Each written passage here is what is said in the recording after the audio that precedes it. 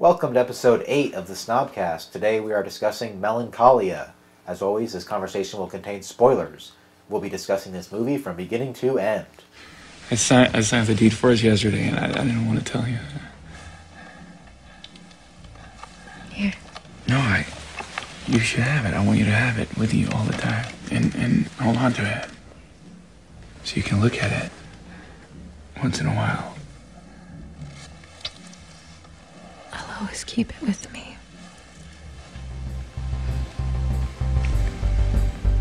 Maybe we can have a little swing hanging from one of the trees.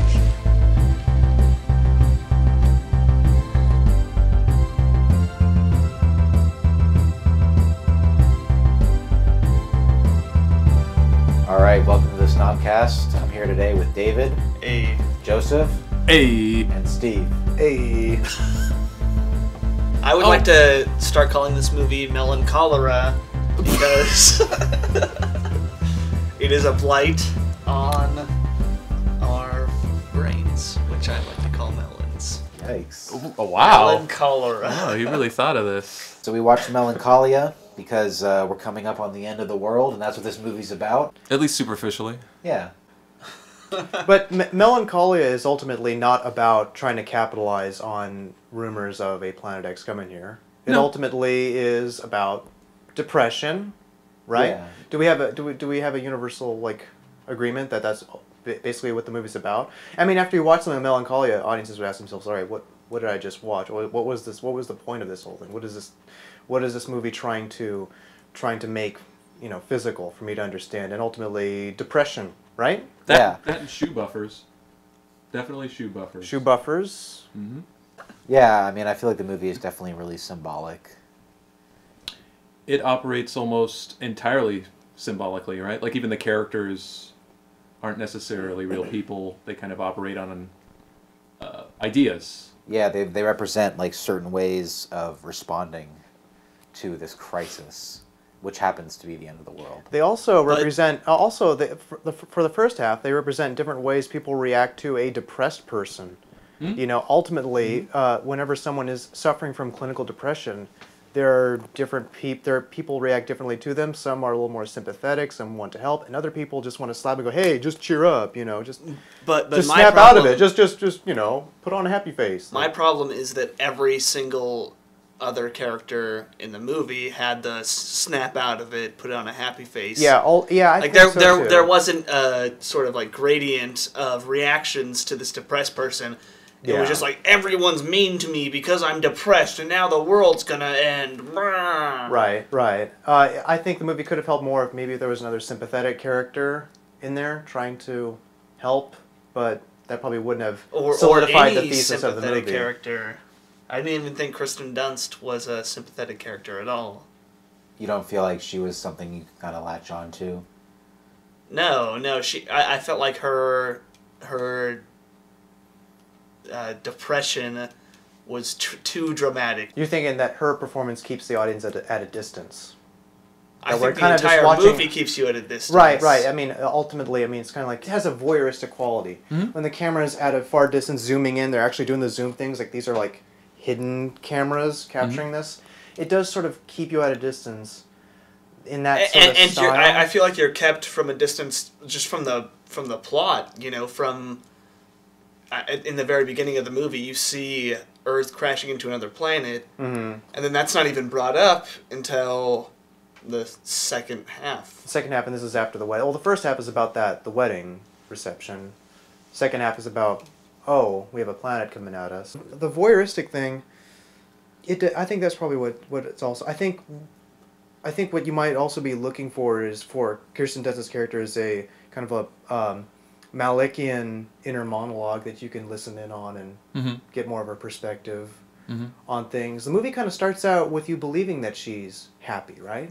Yes. That she's a happy person. They're having fun with the limo driver. They can't get the damn car. It's kind of stereotypically happy, right? Yeah, we actually get a stereotypical happy thing, and then she starts to fall apart. But it's not just fall apart, right? It's something, there's a lot of kind of self-sabotage that's going on, too. Yeah, there's like a systemic problem within her. Which is a big part of depression, yeah. I mean, she's isolating herself, and she I feel like the movie implies that she's been going through this her whole life, and she got to some sort of point where she was able to get things organized and meet this guy and get married and all this stuff and organize this whole. And you know, her sister and her brother-in-law organized this whole thing for her.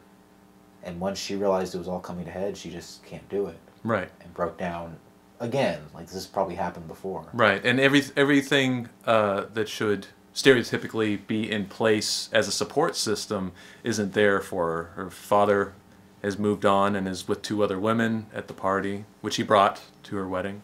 And her mother, for lack of a better phrase, is crazy. I mean, a lot of her worldview comes from her mother. Yeah. So these are 2 things that she constantly throughout that first half looks to, and it just isn't there. I think in terms of why there isn't a more sympathetic character that could relate to Justine in terms of drawing an audience in, is that you are supposed to feel that this is an unlikable character. I think you're supposed to kind of relate more to the sister in the first half. You're supposed to see this as kind of like, oh, this is ridiculous. But Claire has such an exaggerated reaction to Justine's condition. I mean, it seemed to me that she was an older sister, and yet she was acting like a younger sister. She had never encountered, you know, this sort of breakdown before, and that, I don't know. I thought she did, though, because she takes her sister aside and says, "We talked about this. You're not going to make a scene, right?" Yeah. I mean, well, but she doesn't say that. She's like, "You can't make a scene. Like, this is so important. Do you know how much money he spent? Like, blah, blah, blah." Yeah. It's not... As exasperated as she gets, though, I think she's really patient with her, actually. That's kind of the 2 halves of this movie, is they experiencing it and then having to deal with people that are like this. It's seeing it from both of those sides. Yeah, and I think it's about them sort of dealing with it, but not really ever understanding it. It just is. Yeah. Well, let's dive right into the beginning of the movie. It opens on Kirsten Dunst starts off this whole slow motion montage. There's birds falling from the sky. There's shots of the planets in space. People running, you know. What did you guys think of this intro? I thought the intro was great. The intro looked fantastic. It was a great introduction sequence. You know, it worked with the music, and it was really amazing slow motion. I don't know how many frames per second you got to capture to get that, but it looked like, it almost looked like, there were times when I was second guessing myself, like, wait, is that a still image? But then I saw something move slightly, so. I could be wrong, but I think I read about it. I think it was on the red. I think it was digital. The red can accomplish those extreme fast frame rates. That's amazing. So. That's really amazing. I mean, but that montage is pretty long. Did it keep your attention? Do you think it was a good hook? I think it's supposed to serve a couple kind of functions. It is supposed to kind of act as like an overture to kind of give you an idea about the tone of the movie. And it's supposed to be kind of a contrast to the rest of the movie, especially like that first half that's set in the wedding. But it's also supposed to basically spoil the ending of the movie for you. So it's kind of like there's no bones about it. Like, this is what's going to happen. And that's what's kind of interesting going into... Isn't that depressing that, you know, the world's going to end? No, I don't. I think there's like a weird kind of like tension that comes out of it, especially in the second half when you're kind of with Claire and you think like, oh, for some reason, it's such a weird thing that happens. Like, for some reason you think, well, maybe this is going to miss. Maybe we're going to be totally fine. We're just worrying about this unnecessarily. And then there's that realization that there is no escape. Like, this is it. And we were told this in the first 8 minutes of the movie. So, yeah, it in storytelling terms, it works that way. But I think more importantly, more than anything, it's supposed to kind of set a tone. Yeah. And then it cuts to the title card, which I don't really like. Does he have a title card like that in all of his movies? Some of his later ones, yeah. It's kind of like that hand-drawn type. He does an Antichrist as well. I just don't get it. I mean, that movie has other regular titles. Why does the title of them... I don't know. It didn't match up for me. I don't know. It just kind of broke the flow. Yeah, I don't know. But yeah, after that it cuts to them having the limo trouble, which, I mean, it's kind of a funny scene, but it really kind of, you know, is really jarring after that opening. It's going from something macro to something very micro, like it's just this couple. Yeah. And they seem happy, and they're going up the hill, and you automatically know what's going on. It's a wedding and all that. They end up walking up to the top, and you find out that they're late. And that's when you get the first introduction to Claire, and like right away you know that she's really controlling and anal, and because she's complaining that they're late and they're off schedule and all that. Also in that same scene, though, that we're introduced to the sister and the brother-in-law, like that's the first time that we kind of see Justine kind of duck out. Because if you remember, she immediately goes like, oh, the horses are here, you know, because of the stable, and she kind of ducks out, and they introduce that whole running theme with the horses that starts there. She's already kind of avoiding the process of getting married. No, they were already married. That was the reception. Oh, I'm sorry.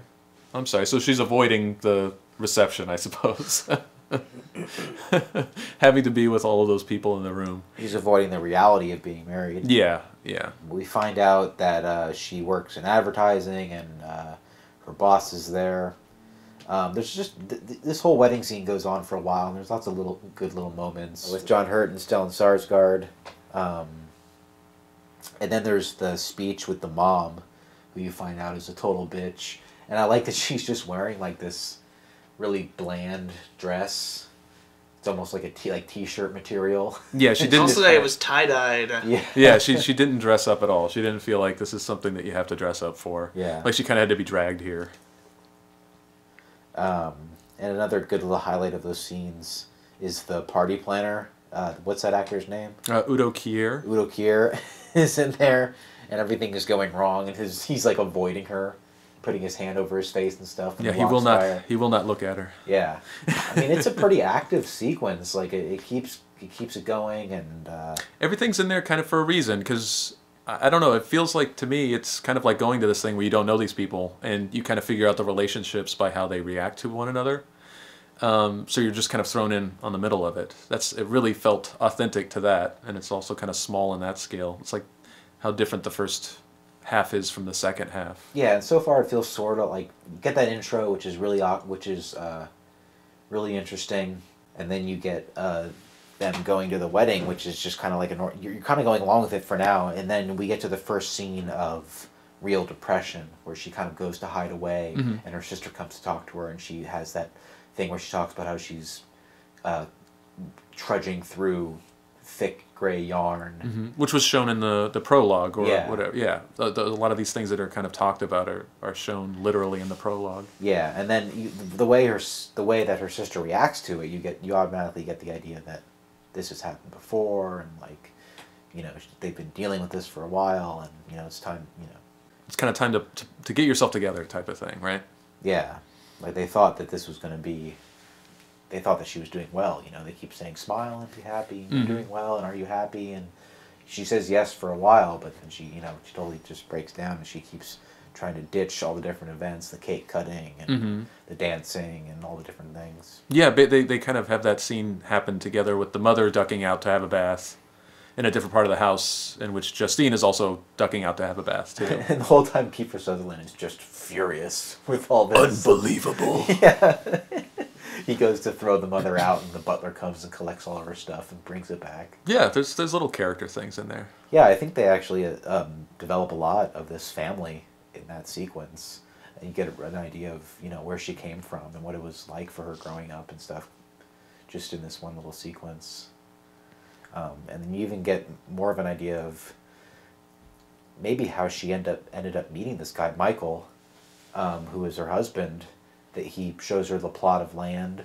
So they've been having this like plan for a while to buy a farm and grow apples and stuff. Like it really kind of colors their backstory in a really nice way really quickly. It really colors that character really quickly too, because he is seen as so, or I shouldn't say seen, but shown as so kind of like idealistic and overly romantic, and that's something that Kirsten Dunst's But I character think isn't. that every character that becomes interesting during the first half of the movie is not in the second half of the movie.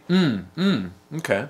You know, post-wedding in the Claire section, all you get is Claire, Kiefer Sutherland, The kid. and Justine. Yeah. Yeah. So what's the point of building all of that for the first half? I think it's just sort of to establish what her life was and what she's lost. But do we understand what her life was like at all? I mean, she's a grown woman with it's not like she has been living with her parents anytime. No, but I mean, her Recently, parents, it seems like definitely raised her, and so she's kind of inherited a lot of that. And you could see where that might color how she views relationships, and maybe that would be superficially kind of why she would reject something like this, right? But then I feel like nothing from the first half of the movie has any effect or any bearing on what she feels through the second half of the movie.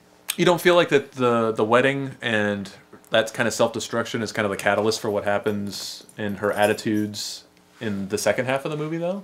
Like, because that's how I saw it. I saw it like the second half, like, looking at it rationally, and not all the whole, pseudo-realism that's in there is kind of, this is where her life totally fell apart for various reasons, and this is, like, kind of the aftermath of that, where she can't even take care of herself, and Claire has to take care of her and everything like that, and she's taking that upon herself, and... Yeah, and right, but she has no development. She has a breakdown, but then there's no development after that. Then she's just like, oh, I'm sad. Then the world's gonna end, and then, oh, here we go. I told you guys, world's over. Okay. But I mean, and maybe at the end when she builds the little teepee out of sticks, but that's. But I think maybe I'm good, taking this too far. But I feel like that might be kind of still part of the depression metaphor, is that you lose these whole moments of your life. I mean, she had a major breakdown at that night, and that whole part of her life just never happened after that point. If she lost everybody, and she, that's how I interpreted it. It was like we were witnessing her last kind of chance at coming back to reality and being quote unquote happy, and it all just fell apart. Mm-hmm. I'd agree with that. And the world is ending now. Also. Yeah. Well, you could do that. Yeah, you could say also the world is ending literally, or it's kind of figuratively. Like this is something that's been in the works for a long time, and it works like as if, for this character, it's literally like the world is ending. But it also happens pretty literally in the movie. It does, yeah. It's not... It does. But the whole party sequence kind of wraps up with her telling off her boss. She doesn't give him a tagline. She tells him he's a piece of shit. Yeah, she basically quits. But I mean, she also rejects her, rejects sex from her husband, and she rejects sex from her husband sex. and then takes sex from a guy on a sand dune. And yeah, she just bangs that new guy. Mm-hmm. And then there's a part where they, towards the end, where they go and like launch those little balloons. Mm-hmm. And when they're launching those balloons, she looks through the telescope and it cuts to like shots of nebula. Yeah, what did you think about that? I didn't buy that sequence. I Why? thought it was kind of forced. Why? I thought it would have been better maybe just to show shots of the planet, but just showing these shots of space, I didn't think that was kind of like in line with the point the movie's trying to make. Like that there's this big galaxy there's this big universe out there, mm-hmm. and all that. Like this isn't Tree of Life, I just thought it felt kind of out of place. I thought, well, they touched upon that later on in a conversation between Justine and what's the sister's name? Claire. Between Justine and Claire, where Claire wants to say that there's life out there, and Justine's depressed, and she says, "No, there is no other life out there. We're it." Mm-hmm. She comes to a realization there is no life out there, or something. I suppose. Yeah, the point's basically that she finally looks into the universe and sees nothing but stars. Yeah, we're just alone. Mm-hmm. I think it ties into that too. Yeah, I kind of saw it watching it this time through as like kind of a hint that like all that distance away, like, is this thing coming, even though we don't see it. Mm-hmm. I thought that's what it was kind of referring to, but that's kind of interesting. That could be interpreted that way. It's kind of like that moment of realization, like going through all of these steps for all of these things that were planned out in this wedding reception. I think that's another part of the whole wedding reception, is that it's all kind of pointless. And well, isn't that a source of depression? Is an understanding of the ultimate futility behind everything? Yeah. Well, I don't mean to laugh in your face, but yes, that's true. That's true. But it was just the delivery was very good. Isn't it true that life is pointless and we're all going to die? Yes. I think that's kind of summed up in that first half with the guessing how many beans are in the jar type of thing. Right. It's just this parlor game that's meant to. Who gives a fuck how many beans are in that fucking jar, asshole? Exactly. But none of that is related to the second half of the movie, except through that first couple of minutes of, amazing shots of planets. But, I mean, are you thinking that you could have done without this whole wedding sequence? Like, we could have more or less started with the second half of the movie? Like, she's depressed. I'm saying we could This have is her done without sister. this whole end of the world sequence. The prologue thing, or Yeah. Oh, okay. Or I think the first half and the second half just don't go together at all. You know what though? I think about those two halves. One half has one name, and the other half has another name. The first one is Justine. Justine. The other one is Claire. We're allowed to have two alternate perspectives, and those we switch perspectives when the planet is coming to crash in. It kind of reminds me. There was this episode of The Honeymooners. Who's the big guy? That's Jackie Gleason. Jackie Gleason. All right, now who is the guy with the funny hat? That's Art Carney. All right, so Jackie Gleason, he's down and he's depressed. He's like skulking, and he's like his arms are folded. And, You ever feel like the world is ending? yeah, but Art Carney, he walks up to him and says, "What's wrong?" Jackie Gleason responds, "What's right?" And it's kind of like half full or half empty. Yeah. Well, one's saying, "What's wrong with you?" and then with the other side, everything's wrong, and then, it's a matter of, well, we basically put both perspectives to the test in both halves. So. I think so. Yeah, because I think Which is like, you're sad. It's like Justine saying, you're depressed now because the world's coming to an end. Every day of my life, the world has always been coming to an end. And this is why this whole thing is easier to deal with. I never had a world to love to begin with, so losing this isn't a big deal. Yeah. Yeah. Yeah, and I think that's a big point of, like, her whole attitude in the second act is that she's like, I told you guys, this is how bad it is. Like, it doesn't matter, it's all gonna end. But she doesn't know. They don't.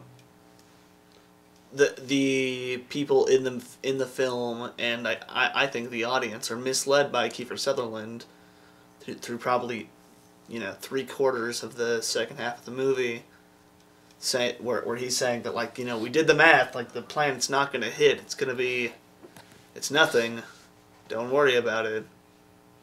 But, like, isn't that the whole point, to be misled? Because aren't we supposed to identify with the two female characters that don't know about astronomy, even as a hobby? So then when that does happen and he's not there anymore, it's kind of a big deal? But that's such a small part of the movie, I don't know, I didn't feel like it had that big of an impact.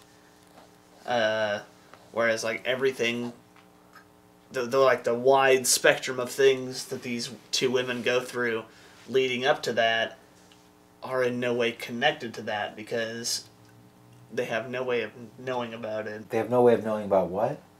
Just the simple fact that the world's ending.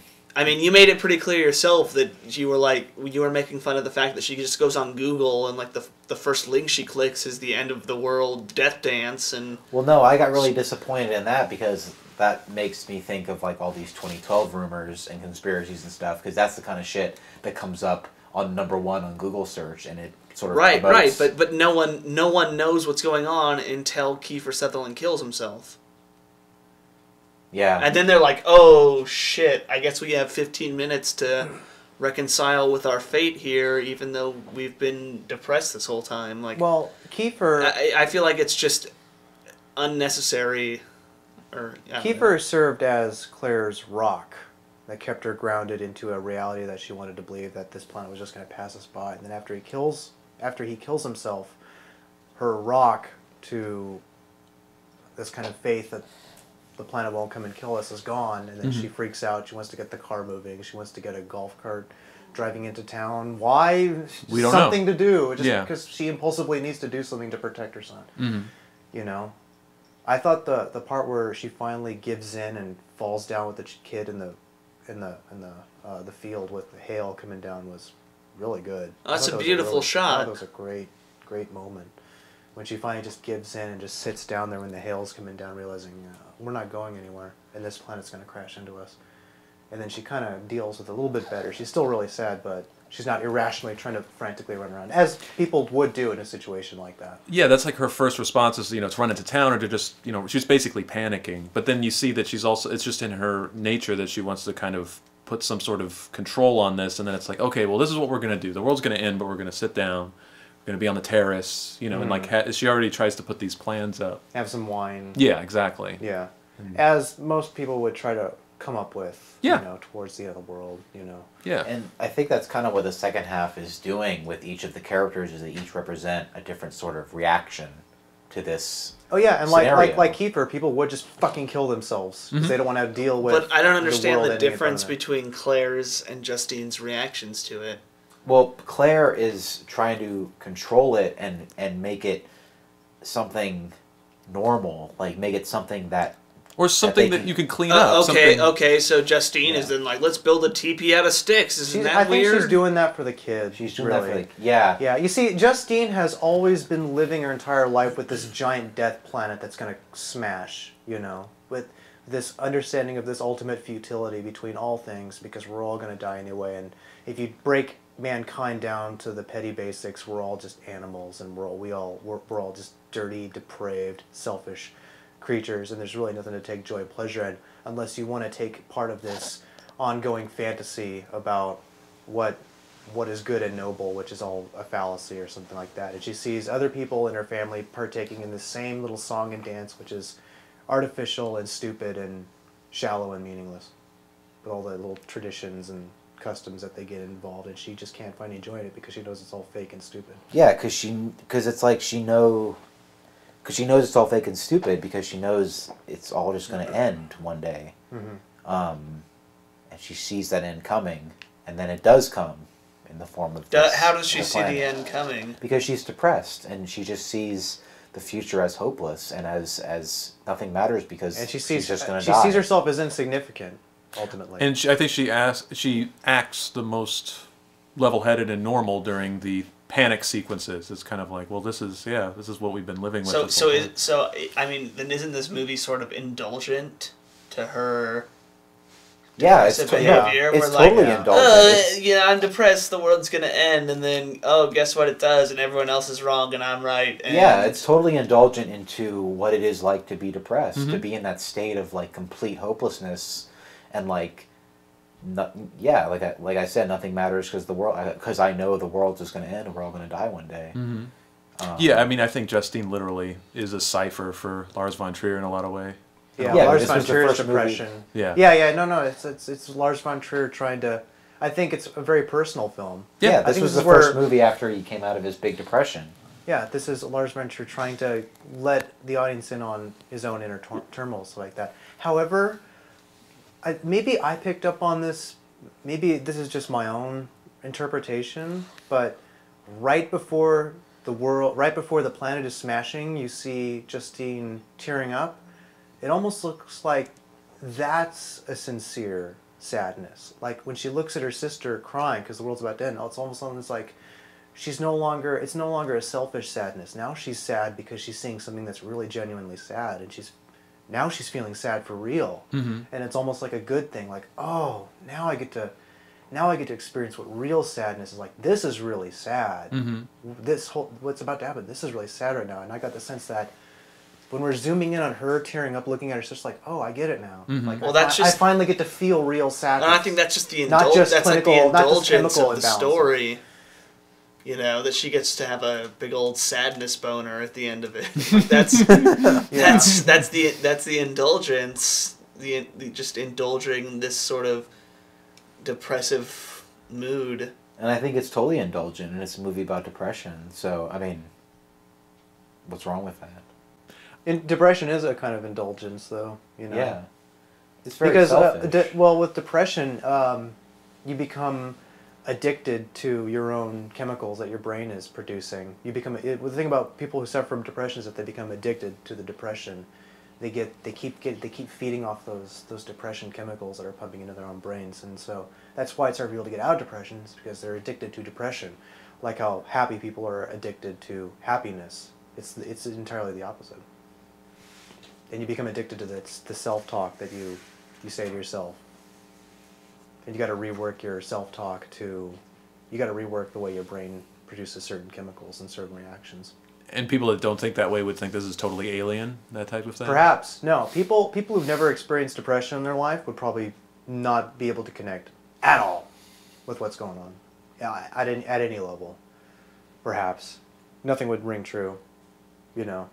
Well, yeah, I mean, so we talked a little bit about Claire and stuff, and that takes us into the second part. The first part ends with them riding horses and her noticing that the star has moved, or isn't in this, hasn't appeared in the same place.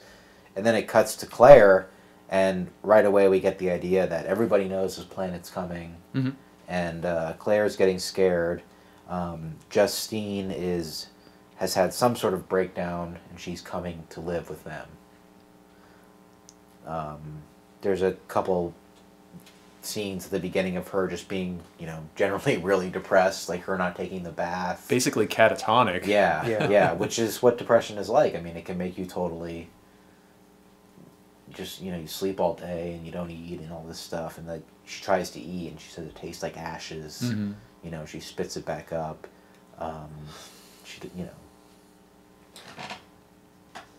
There's a part where she goes gardening. There's like that scene where she dumps her berries and she only has like 5 little berries.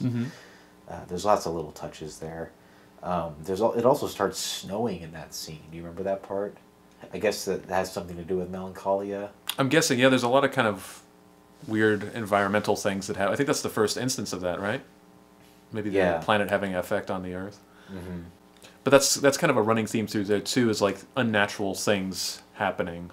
It seems like the animals kind of know that something weird is going on, even though they can't understand that there is anything huge going on. That's kind of a common thing in this, and Antichrist, actually. Both. I think it's kind of interesting to see those two movies kind of as, two different parts to each other, because they're both kind of post-depression, post-breakdown movies, and both kind of about human relationships, and kind of like what gets in the way.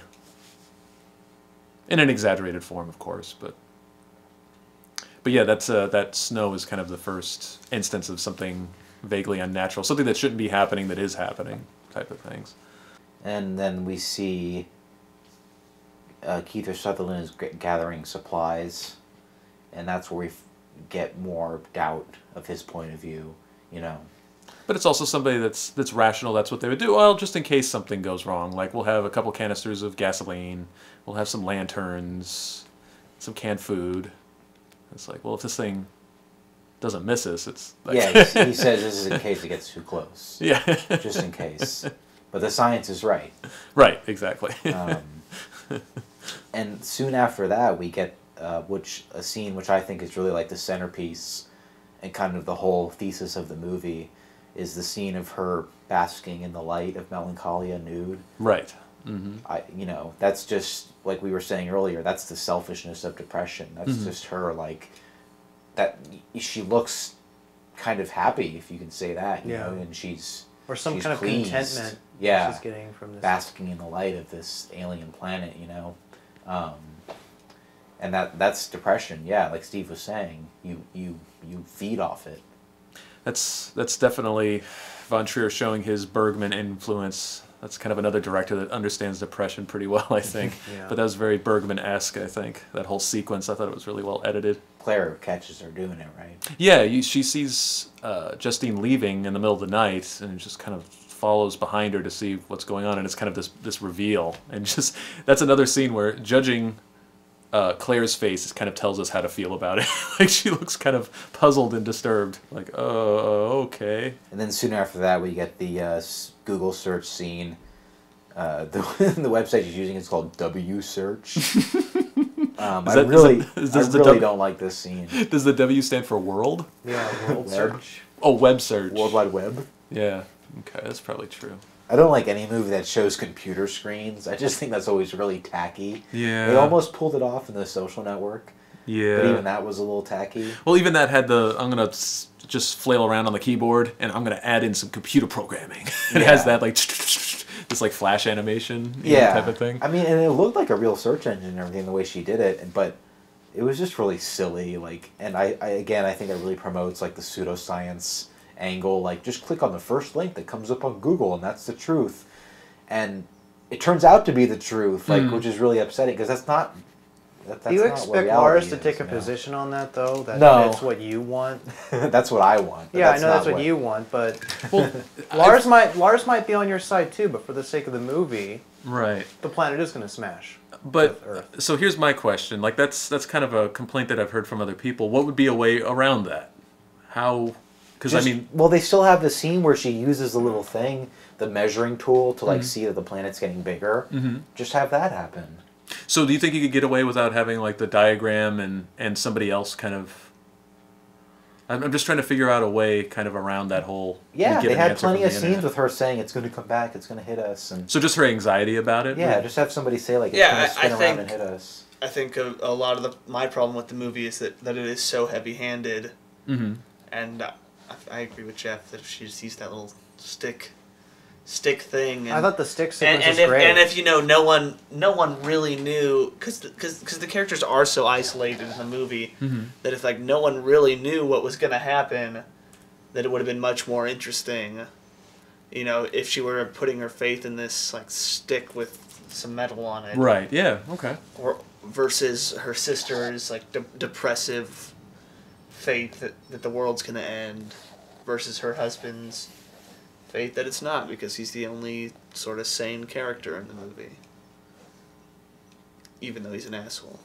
Well, you know, at the same time, Google is such an integrated part of our society now. It almost feels like you got to circumvent Google nowadays if you want to make a movie that's taking place in present time. You know, when it comes to something that's involving world events, it's like it feels awkward now. It feels awkward to avoid the internet, even though it's such an integral part of our society. Well, how about television? I mean, this is a place that is supposed to be kind of remote. It does seem like it's kind of a getaway. Yeah, at the same time, there's no television. There's no television. There's never a scene like out of Independence Day where it's like people are going crazy and shooting at the sky. Yeah, we get no concept of what's going on in the rest of the world. Also, nobody has a cell phone. Nobody calls them. No, you would think that during the end of the world, like their phones would be ringing off the hook. Or what I thought was when they couldn't get to their wedding on time, that people would be calling them. Right. You know, it just doesn't make any sense. And yet they're surprised that they're late. Yeah.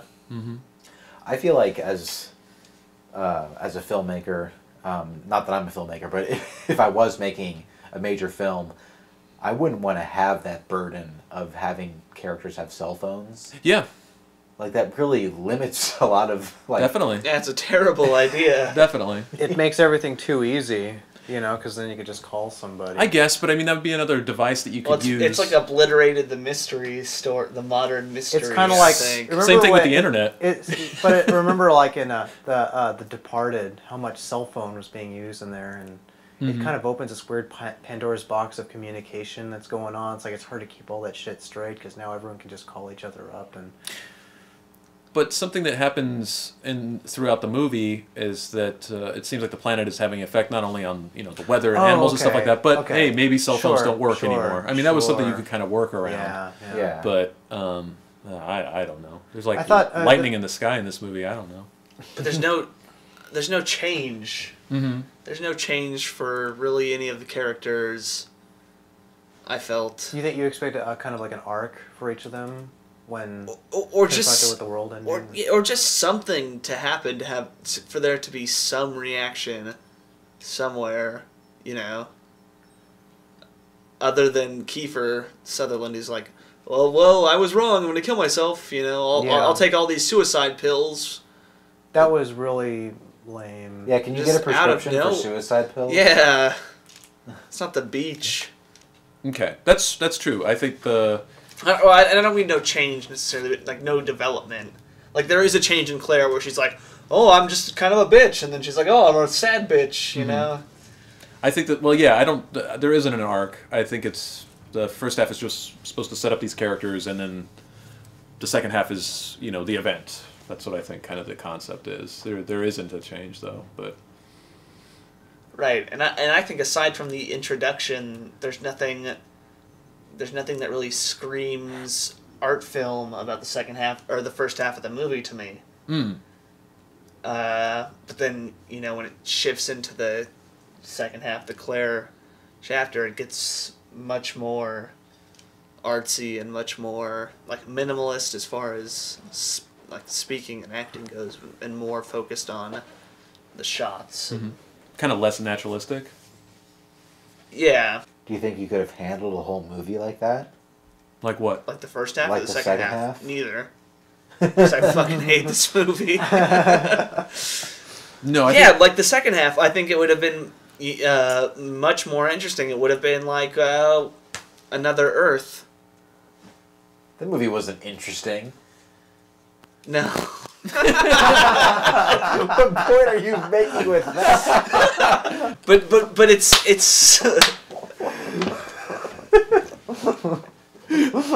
it's the same kind of thing. It's just like this, like sad people art film that decides to incorporate unnecessarily some sort of but cosmological. Another Earth disaster. really was a dropped ball. It really was like there really wasn't any point to Another Earth though. I don't think this movie. I don't think it's interesting is that before I saw this movie, when it came to Lars von Trier, my attitude was, oh man, what am I gonna do with this guy? I really liked Zentropa.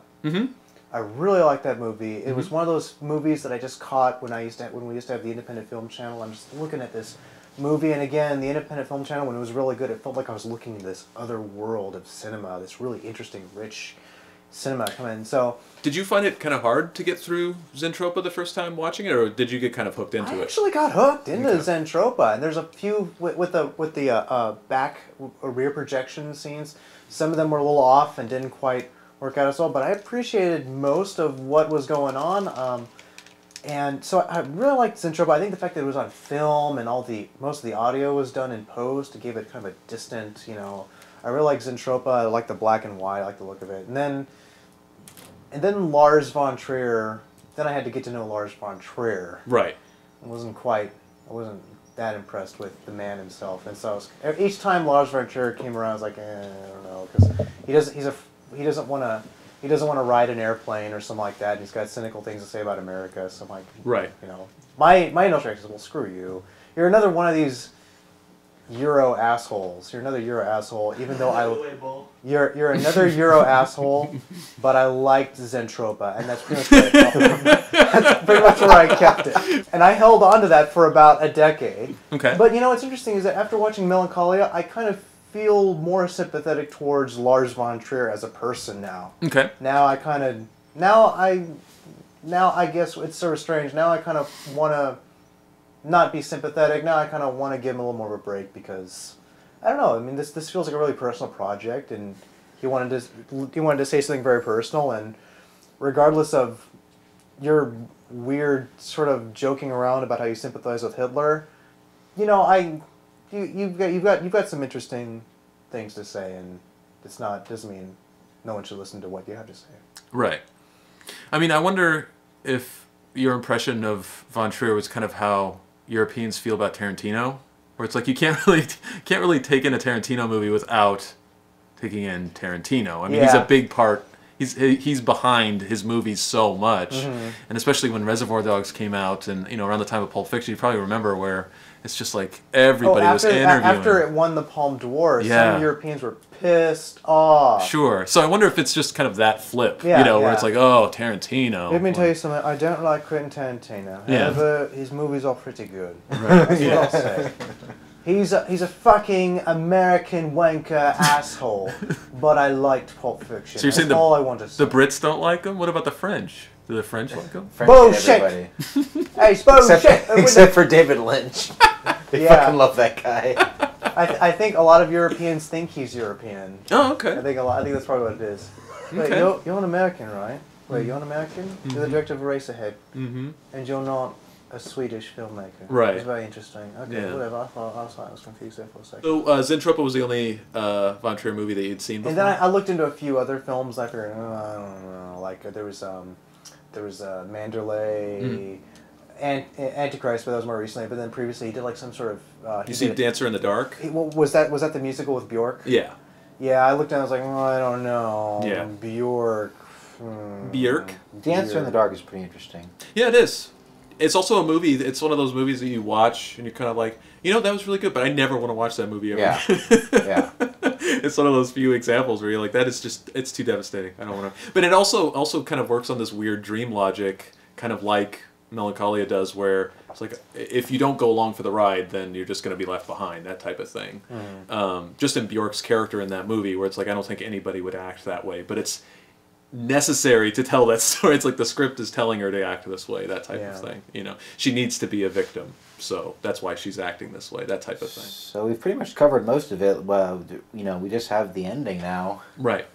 When things start to catch up to the overture again. She builds a little teepee for the kid, and I've seen this movie a few times now, and it kind of leads up to that, because basically Justine notices that Neil, the kid, is basically starting to realize this and getting kind of freaked out, and how she responds differently to that than her sister. But how does that fit to her character at all? That's what I wanted to ask what you. We've seen. Yeah, that's what I wanted to ask. Yeah. It doesn't at all. it's odd. Yeah, I mean, her super depressed character. You and Steve both said yourself that like depression is indulgent and selfish. And then why would she all of a sudden be like, oh, the world's actually ending, let me build a fucking teepee? I think it doesn't make it was any the sense. fact that she's been dealing with depression for so long, the world ending is not so bad for her, which allows her to deal with it a little bit better, which allows her to help this kid out. Yeah, So I mean, the kid this doesn't is freak out. kind of what she has been expecting. Yeah, she's a pro when it comes to the world ending. Yeah. I guess like But I don't think that would literally make it any easier. I don't know.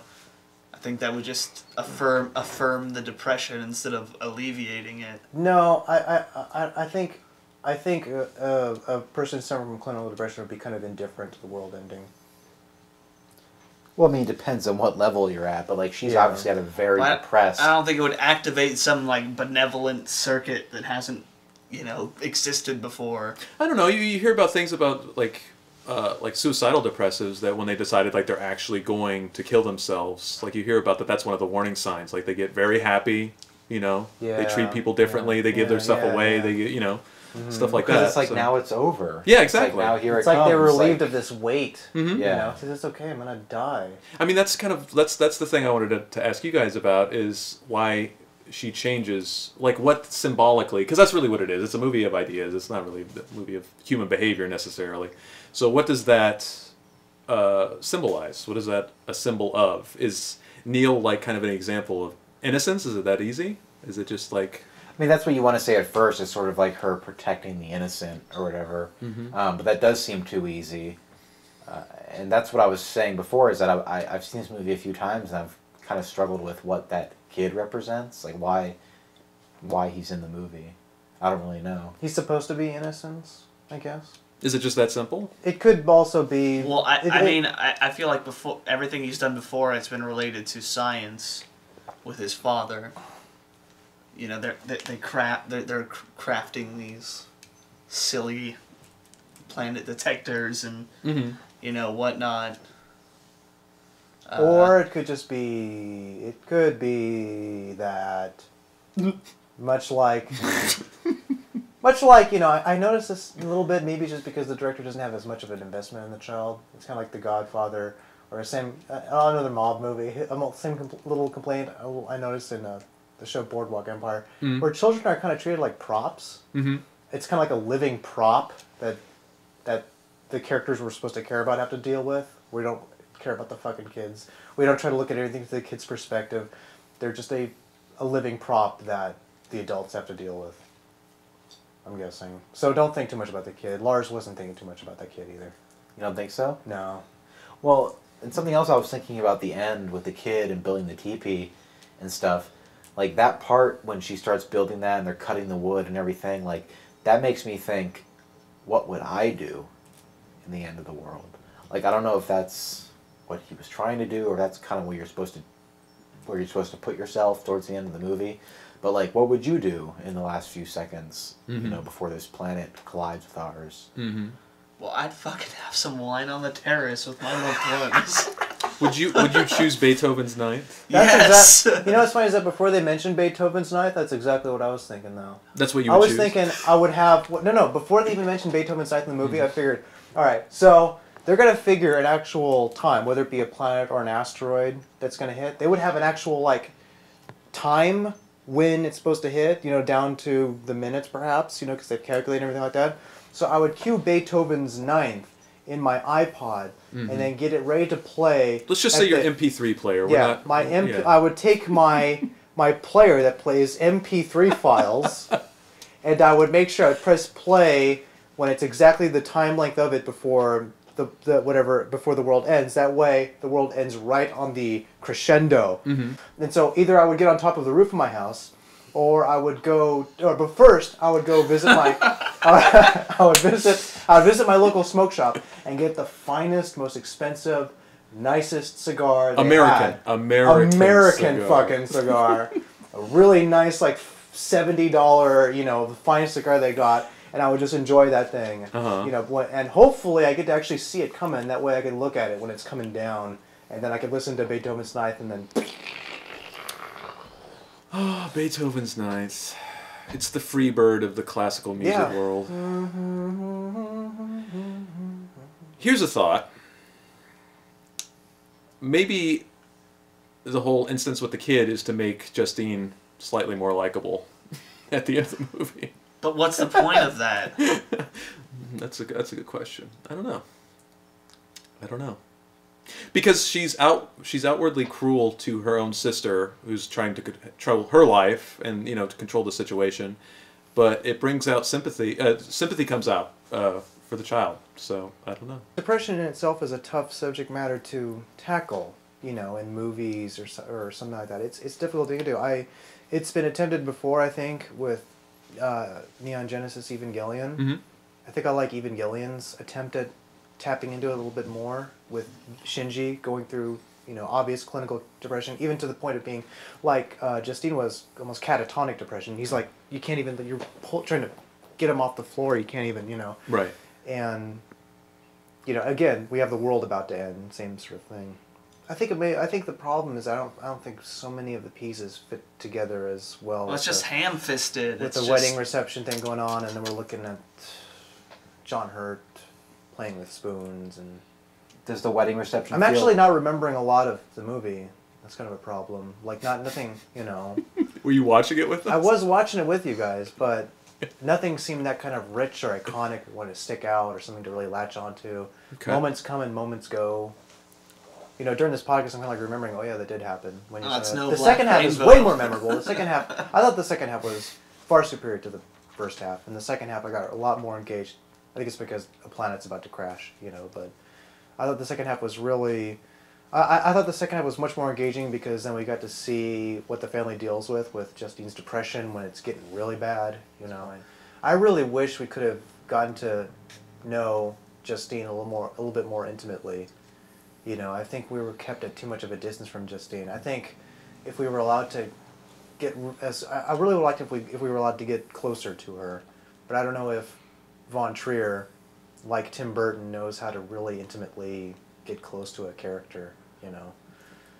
You think you wanted to spend some time with her alone? Yeah, or really just maybe her look at something and then we get a reaction shot of what it is she's looking at, but again, that voyeuristic, distant, handheld camera thing, just keeping her at a distance. Nothing about what she looks at, not really much from her perspective. We just get this distant reality show style, you know, thing, and I just feel like, man, if we could only just sort of take some time to really sort of see her perspective, and that's all done in the language of the cinema, you know, when you get an over-the-shoulder shot of what she's looking at, that changes how you feel about something so much more immensely, and here she feels like she's in a reality show, and it's hard to feel close to someone who's in a reality show. It's all in the blocking and how you shoot it and reaction shots, that changes immensely how you feel about a character. It's how you position the audience's bias and the audience's love and the audience's distrust. And I don't think I think he could have done a better job at making us feel closer to Justine, and it would have made for a much more better and more powerful film. Maybe if the first half was really more directly from her perspective, you mean? Yeah, yeah. And the first half feels like a reality show. Yeah, yeah, it does. I mean, it does show a lot of different people's perspectives, and like you said, a lot of it's with that handheld style. It looked like Auto Motion Plus was on, so it was a soap opera, but it was shot in digital video, which I think also makes it feel like that too. And there's, I really don't want to do film student 101 complaining, but some of the reverse shots were incorrect. When she's talking to the kid, when she's talking to the kid about the secret cave, she's on the left side of the screen, he's on the right side of the screen. Then when we cut to the reaction shot back to the kid's on the left side of the screen, she's on the right side of the screen. Is that intentional? Usually you pretend like the audience is switching sides on the 180-degree rule. So he broke the 180 rule? Yeah. Why? It's weird, though, because then you see basically the kid and Kirsten Dunst changing positions on the screen rather than the camera changing perspective so we can get their reaction shots. Mm-hmm. Well, that's depression. Thank you, David. It all makes sense now. Just sometimes your shots don't line up. Yep. Yeah, I don't know how that's intentional. I don't know why. It's weird. It's strange. And I didn't even have my filmmaker's goggles on. I just knew I felt weird. It's like, what is it? What's going on? Why am I feeling weird now? Why do I not feel like there's a sense of Oh, he keeps moving the camera on the other side. Why are my pants off? He keeps moving the camera to the other side of them rather than changing positions within the 180-degree rule. Uh-huh. Mm-hmm. Again, I liked it more than Zentropa. And I liked Zentropa a lot. I think this is better than Zentropa. I think it's a superior film.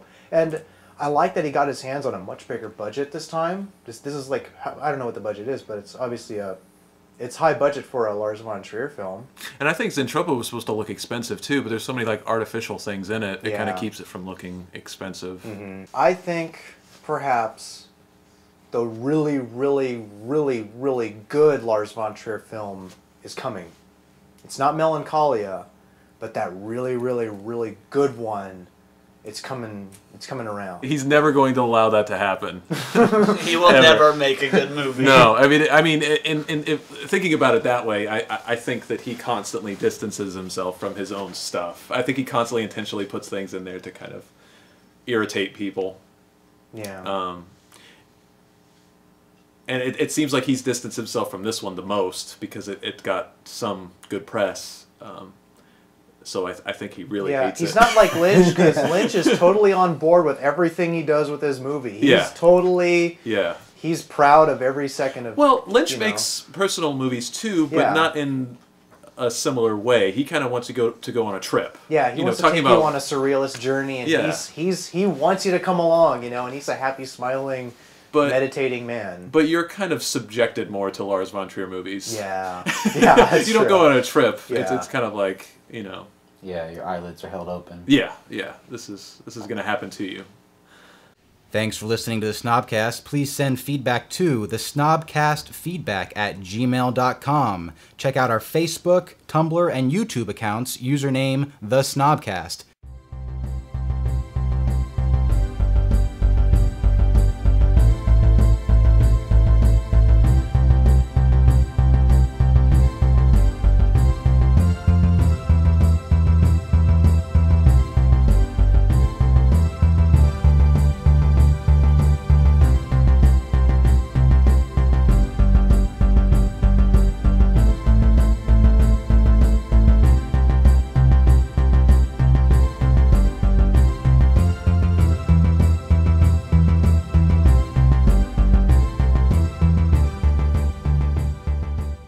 Maybe if there was another sympathetic character in there trying to help, but that probably wouldn't have solidified the thesis of the movie. Character.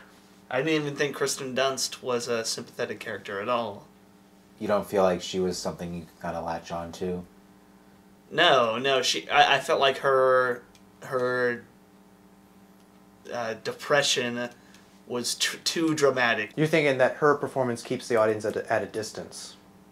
I think the entire movie keeps you at a distance. Right, right. I mean, ultimately, it's kind of like, it has a voyeuristic quality. When the camera's at a far distance, zooming in, they're actually doing the zoom things. Like, these are like hidden cameras capturing this. It does sort of keep you at a distance in that sort of style. I feel like you're kept from a distance just from the plot. You know, from in the very beginning of the movie, you see Earth crashing into another planet, and then that's not even brought up until the second half. The second half, and this is after the wedding. Well, the first half is about the wedding reception. Second half is about, oh, we have a planet coming at us. The voyeuristic thing, I think that's probably what it's also. I think what you might also be looking for is for Kirsten Dunst's character is a kind of a Malikian inner monologue that you can listen in on and get more of a perspective on things. The movie kind of starts out with you believing that she's happy, right? Yes. That she's a happy person. They're having fun with the limo driver. They can't get the depression, right? Yeah. Do we have a universal agreement that that's basically what the movie's about? I mean, after you watch something like Melancholia, audiences would ask themselves, "All right, what did I just watch? What was this? What was the point of this whole thing? What is this movie trying to make physical for me to understand?" And ultimately, depression, right? That and shoe buffers. Definitely shoe buffers. Shoe buffers. Mm-hmm. Yeah, I feel like the movie is definitely really symbolic. It operates almost entirely symbolically, right? Like, even the characters aren't necessarily real people. They kind of operate on ideas. Yeah, they represent certain ways of responding to this crisis, which happens to be the end of the world. They also represent for the first half, they represent different ways people react to a depressed person. Ultimately, whenever someone is suffering from clinical depression, there are different people react differently to them. Some are a little more sympathetic, some want to help, and other people just want to slap and go, "Hey, just cheer up, just snap out of it, just put on a happy face." My problem is that every single other character in the movie had the snap out of it, put on a happy face. Yeah, I think so too. There wasn't a sort of gradient of reactions to this depressed person. It was just everyone's mean to me because I'm depressed and now the world's gonna end. Right. I think the movie could have held more of Saturated reaction to Justine's condition. It seemed to me that she was an older sister, and yet she was acting like a younger sister. She had never encountered, this sort of breakdown before, and that I don't know. I thought she did, though, because she takes her sister aside and says, "We talked about this. You're not going to make a scene, right?" Yeah. But she doesn't say that. She's like, "You can't make a scene. This is so important. Do you know how much money he spent? Blah, blah, blah." Yeah. It's not... As exasperated as she gets, though, I think she's really patient with her, actually. That's kind of the two halves of this movie, is experiencing it and then having to deal with people that are like this. It's seeing it from both of those sides. Yeah, and I think it's about them sort of dealing with it, but not really ever understanding it. It just is. Yeah. Well, let's dive right into the beginning of the movie. It opens on Kirsten Dunst starts off this whole slow motion montage. There's birds falling from the sky. There's shots of the planets in space. People running, What did you guys think of this intro? I thought the intro was great. The intro looked fantastic. It was a great introduction sequence. It worked with the music. And it was really amazing slow motion. I don't know how many frames per second you got to capture to get that, but it looked damn car. It's kind of stereotypically happy, right? Yeah, we actually get a stereotypical happy thing, and then she starts to fall apart. But it's not just fall apart, right? It's something, there's a lot of kind of self-sabotage that's going on, too. Yeah, there's a systemic problem within her. Which is a big part of depression, yeah. She's isolating herself, and I feel like the movie implies that she's been going through this her whole life, and she got to some sort of point where she was able to get things organized and meet this guy and get married and all this stuff and organize this whole, and her sister and her brother-in-law organized this whole thing for her, and once she realized it was all coming to head, she just can't do it. Right. And broke down again. Like, this has probably happened before. Right, and everything that should stereotypically be in place as a support system isn't there for her. Her father has moved on and is with 2 other women at the party, which he brought to her wedding. And her mother, for lack of a better phrase, is crazy. I mean, a lot of her worldview comes from her mother. Yeah.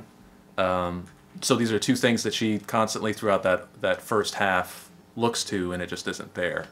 I think in terms of why there isn't a more sympathetic character that could relate to Justine, in terms of drawing an audience in, is that you are supposed to feel that this is an unlikable character. I think you're supposed to kind of relate more to the sister in the first half. You're supposed to see this as kind of like, oh, this is ridiculous. But Claire has such an exaggerated... Welcome to episode 8 of the Snobcast. Today we are discussing Melancholia. As always, this conversation will contain spoilers. We'll be discussing this movie from beginning to end. I signed the deed for us yesterday, and I didn't want to tell you. Here. No, you should have it. I want you to have it with you all the time. And hold on to it. So you can look at it once in a while. I'll always keep it with me.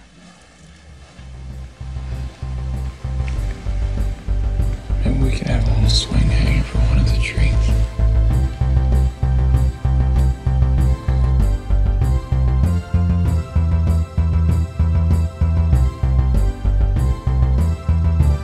Alright, welcome to the Snobcast. I'm here today with David, Hey. Joseph, Hey! and Steve. Hey.